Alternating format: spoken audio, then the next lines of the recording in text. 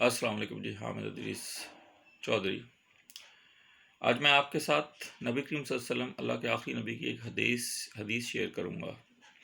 قیامت کے دن کچھ لوگ ایسے لائے جائیں گے کہ جن کے ثواب یا جن کی نیکیاں پہاڑوں کے برابر ہوں گی، اور وہ اپنی پہاڑوں جیسی نیکیوں کے ساتھ آئیں گے، مگر ان کی نیکیوں کو دھوئیں کی طرح اڑا دیا جائے گا، قبول نہیں کیا جائے گا۔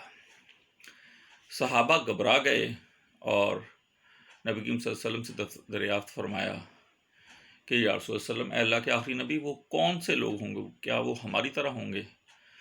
آقا صلی اللہ علیہ وسلم نے فرمایا، بالکل، وہ تمہاری ہی طرح ہوں گے، مگر فرق صرف یہ ہوگا کہ وہ لوگوں کے سامنے تو نیکیاں کریں گے، مگر ان کی خلوتیں جو ہوں گی، ان کی تنہائیاں ہوں گی، وہ گناہوں سے بھرپور ہوں گی، گناہوں سے بھری ہوں گی۔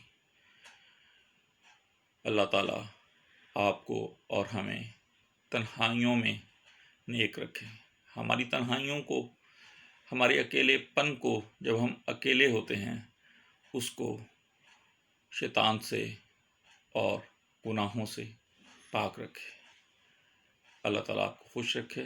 اجازت دیجیے، اللہ حافظ۔